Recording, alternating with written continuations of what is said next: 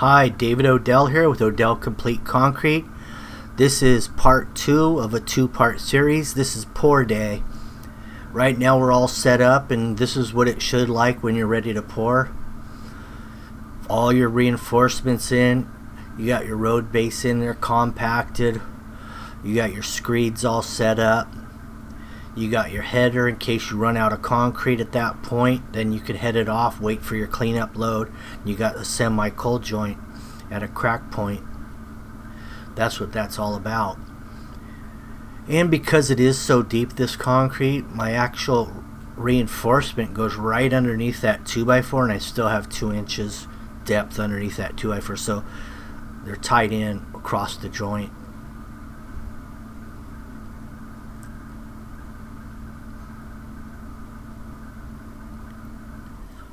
Now on that copper water line coming up, it didn't have anything wrapped around it when I removed this. It was kind of a little sketchy because if I was going to break it or not without being insulated from the concrete. I got it out. It was just a real tedious process. But now I wrapped it with some styrofoam and duct taped it, so in the future if there's an earthquake or whatever there might be, or someone wants to remove it, they should be able to remove it pretty easy without worrying about breaking the main water line. Just added the fiber mesh to the concrete, and I happen to have that fiber mesh at my storefront. $3.50 a pound, plus shipping, of course.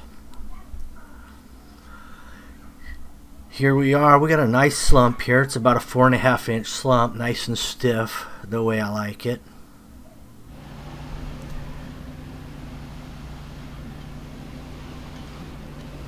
Now the thing about when you're pouring it stiff like this, you have to have the right pump. If you don't have the right pump, it's going to struggle, and it may even break on you trying to get it down the ground. So you've got to have pretty good equipment, in other words.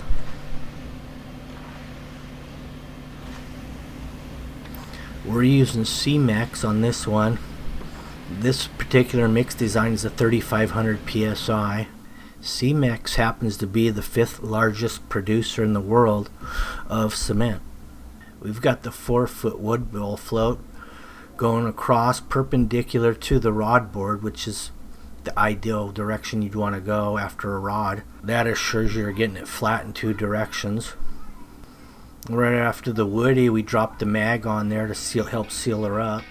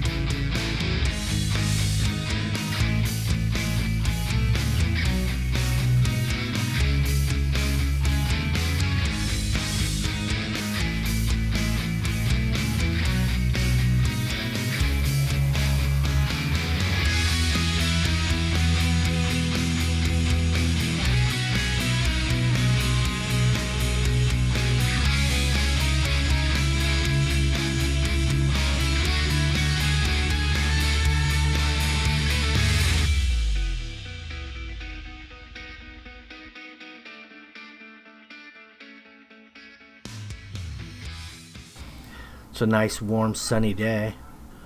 We're going to be putting 2 joints, wet cut joints, the day of, off of the little columns in between the garage doors. So we're going to have a band coming down to the sidewalk, and then we'll just do a single lengthwise through the driveway.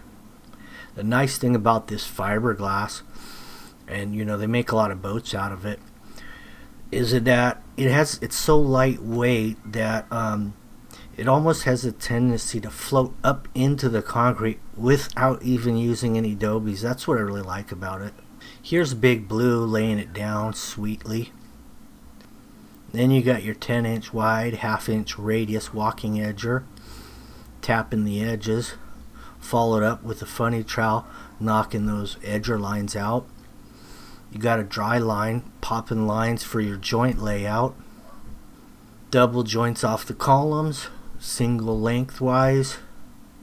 Beautiful functional look that gets the job done. Now we're using that particular joiner, it's called the Arizona. I really have no idea why. Maybe the founder's from Arizona, or that's where it was created. I'm not real sure. But the difference between this joiner and some of the other ones is it's a wider joint, but it's still the 3/4 radius. It's just a little bit wider gap, which makes it much easier to run than some of your narrow joints. Easier to run straight. It's much more forgiving. So I had those headers in case I ran out, and we did. So we got a cleanup load come in, and right where I had those headers, where I headed off the first load, we put the joints right back in the same spot because it's assured to crack there since the aggregate is separated all the way down.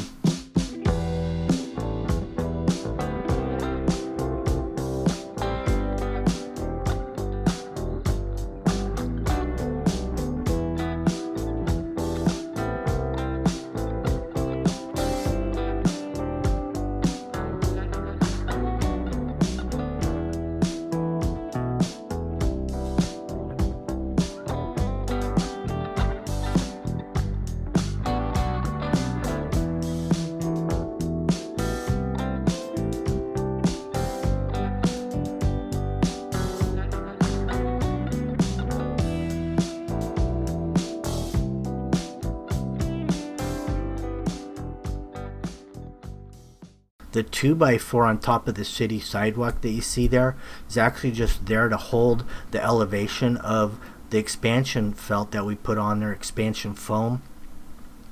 Because the city sidewalk was dipped down so low there, we didn't want to match it, because it would have been a big lake and then the driveway wouldn't have been flat. So basically we're hoping that the city sidewalk will get replaced in the near future so that we won't have that trip hazard there. So at this stage of the process, the concrete finishing, we've already used all the walking tools to get to this point, and now we're going to go over it by hand. It's at that stage where you can get out there on some knee boards or sliders and do some real detail work, open up, clean up the joints, trowel it out. And we'll probably do that 2 times before we broom it off the sliders.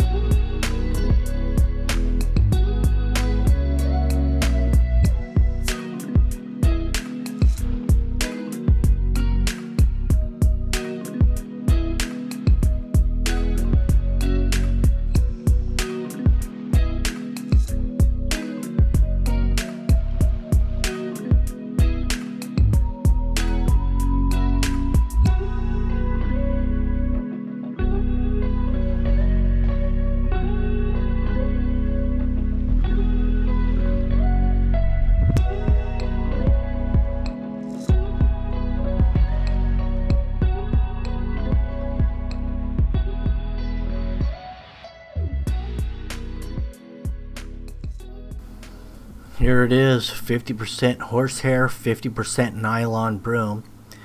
Matter of fact, my finisher that works with me on a lot of these jobs, he modified my broom and he screwed that bracket on top of it. Usually I use the little screw-in adapter to the wood hole on the broom, but those fail a lot of times, so he had an extra adapter, so he screwed that on there, and now it's solid. I don't have to worry about it getting loose on the broom anymore. So I'm going to get a lot more use out of that particular broom, in other words. Now what we have is another broom. It's a real fine 100% nylon broom, and it's 3 foot wide, so it's covering a lot of ground and real quickly. The next stage will be doing repairing the stucco and putting the paint on the front of those columns there where we removed the brick. That's in part, you see that in part 2, the brick coming down and half of the brown coat and wire with it.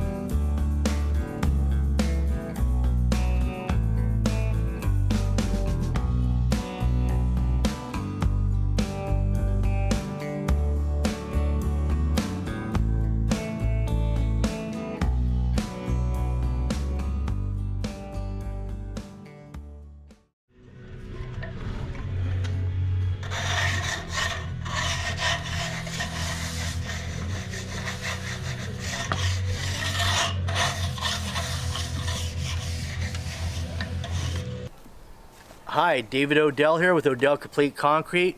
We're on the job site. We're just getting ready to wrap this baby up. We just have to broom a little bit, a couple wet spots on the cleanup load. And I'm here with Michael, the homeowner, and I just wanted to get his thoughts on how this whole job went for him and his expectations and if we met them. What do you think, Michael? How did everything go for you? Really well. The hardscape was horrible, had all sorts of issues. Odell really took some of our ideas and really made it look excellent, bringing his own expertise to really make it look nice. Thank you. Thanks, Mike. Thanks a lot. Sure. Pleasure working for you. And if you have anything else around the house in the future, my phone number never changes. See you guys later. All right, that was a nice little interview. Now we can get back to brooming that second load where we had to wait for it to dry out and catch up to the first load. That way the broom texture is the same throughout. Well, this is the day of the pour. We got it caution taped off. All that's left to do, and we left the water hose out just for that purpose, is to water cure this. And that amounts to basically wetting it down about every 2 hours, keeping it moist for the first 3 to 5 days. Helps a lot to cure the concrete out stronger, and takes away the chances of shrinkage cracks as well at the same time.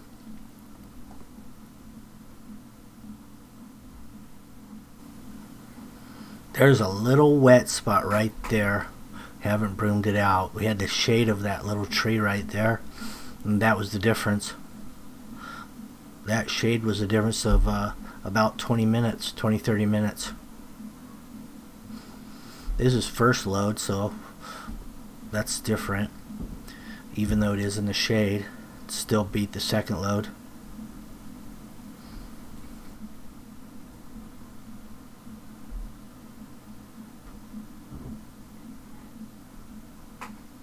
Take a look at these finals. I've got a picture coming up of about 30 days after the pour.